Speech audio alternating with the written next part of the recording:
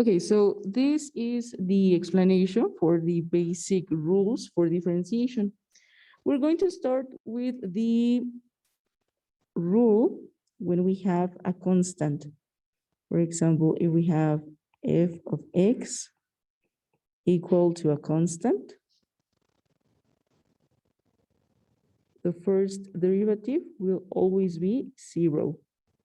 For example, if we have f of x equal to 3, the first derivative of this one will be 0. Next one. We have the rule of the power rule. When we have f of x equal to x to something, to a power, the first derivative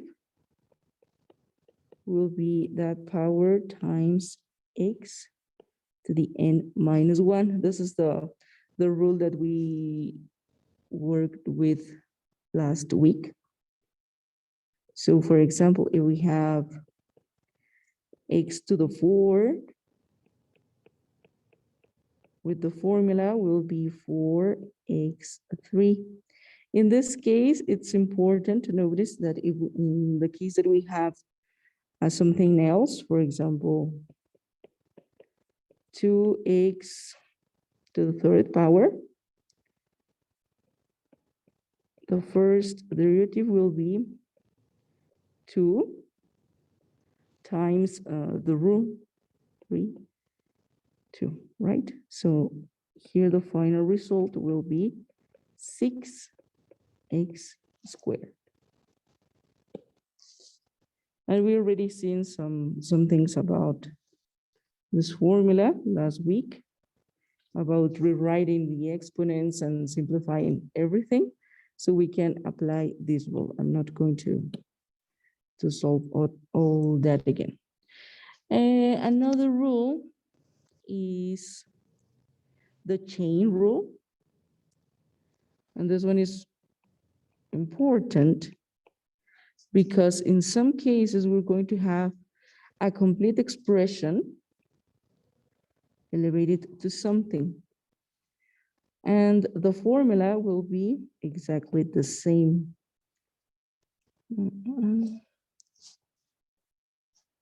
Is equal to n o minus 1 times the derivative of u. In this case, u is a complete expression. For example, if we have x squared plus 4 to the third power, the derivative will be first the same thing, the same parentheses applying this rule, 3x squared plus 4, 3 minus 1 is 2, multiplied by the derivative of the things inside the parentheses. In this case, x squared is 2x, the derivative, and 4, the derivative is 0, right? Plus 0. So in this case, I won't write that 0. I need to simplify a little bit. So it will be 2 times 3 is 6x, x squared plus 4 squared, right? So we have another rule, important rule, that is called the product rule about multiplications. In the case you have something like this, y is equal to u times b. This is a multiplication. The first derivative will be the second term multiplied by the derivative of the first one plus the first term multiplied by the derivative of the second one. For example, if we have F of x equal to, let me think about it, x cubic, and maybe 2x, like this. We can apply this rule,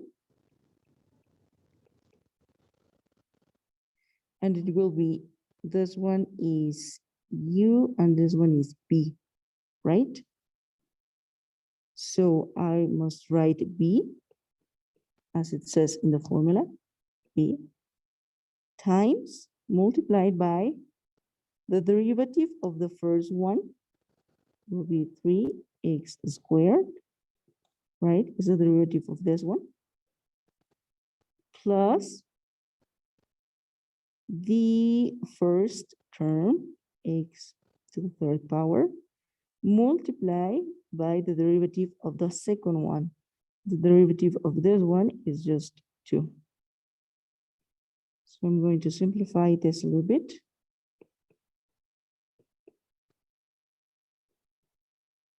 Right? And this is the answer. Okay. The next rule is when we have a division. In the case that we find something like this, u over v, the first derivative will be this, with this formula.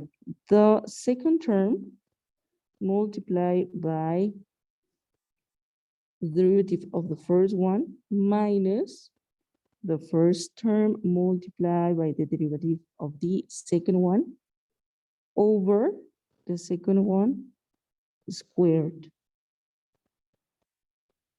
For example, if we have y equal to x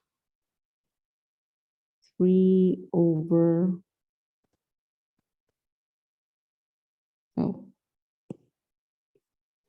1 over x squared, something like this, okay? The first derivative will be the second term multiplied by the derivative of the first one.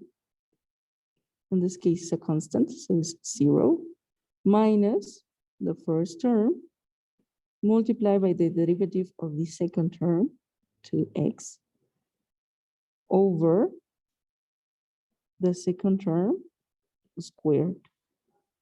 And we can simplify this. This first term will be 0. So I will only have 2x over x to the 4th, right? And simplifying this will be -2 over x to the 3rd power. And this one is the quotient rule. Okay, so the next rule we're going to see is the rules for logarithms. The first one is when you have a natural logarithm of something, of an expression, the derivative will be the derivative of what is inside the logarithm over what is inside the logarithm. For example, if we have y equal to natural logarithm of x squared, right? This one is the one affecting the natural logarithm. The first derivative will be the derivative of this one, 2x, over the same expression. And we're going to simplify it, and it will be 2 over x, like this. We also have the logarithms with different base. For example, the logarithm base a of something, of u, Okay, yeah, of u. And this will be the derivative of u over the natural logarithm of a times u. For example, if we have a logarithm base 10 of the same x squared, now the derivative will be 2x over the natural logarithm of 10 times all of this, all the natural logarithm, multiplied by x squared. I can simplify this a little bit more or just rearrange this. And it will be correct if you write like this, the result. We also have the case of the exponents. For example, if we have y equal to a to the x, the first derivative will be a to the x logarithm natural of a, right? So for example, y is equal to, I don't know, 7x. The first derivative will be 7x natural logarithm of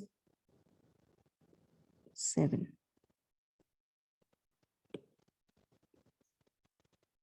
In the case we have an exponential using Euler number, for example, Euler to something here, if we only have the x,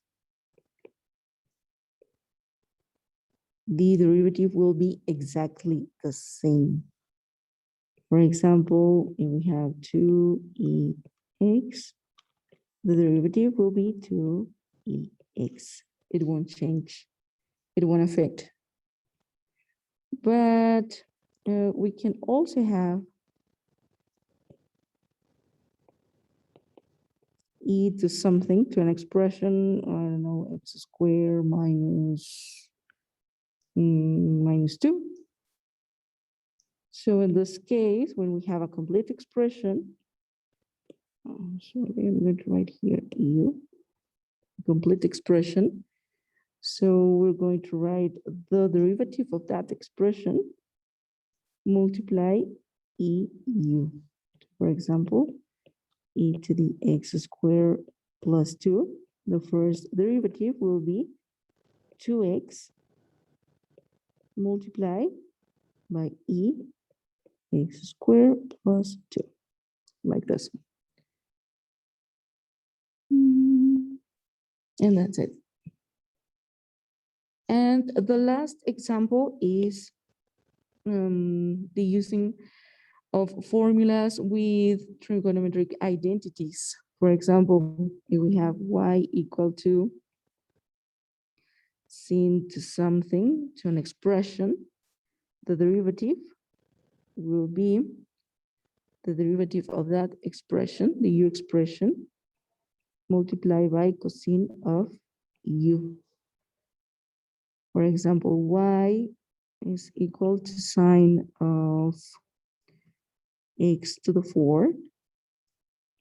The first derivative will be the derivative of this part, 4x3, multiplied by cosine of the original expression, x to the 4.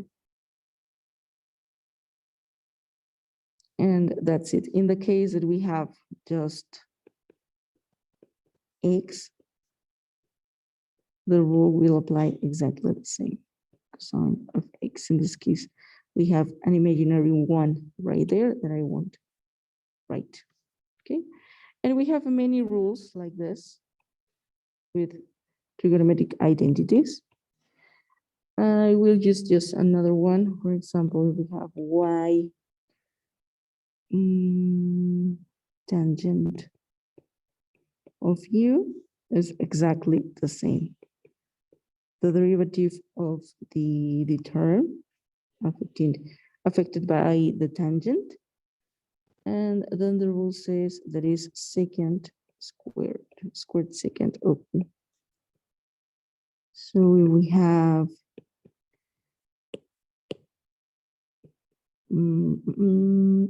tangent 2 times tangent of x squared. The first derivative will be this 2 times the derivative of x squared, that is 2x, times the squared secant of x squared. And I can simplify this a little bit more. Like this, right? So we just need to find those rules in our application form. Here, an important note about this. It will be necessary that you remember some rules about trigonometric identities. For example, when we have sin square plus sin square, this is equal to 1, right? And we have some other identities that you must find in Google. And for example, the sin of x, I think this one is secant or cosecant or something like that. I need to find these rules, okay? These identities, these are identities.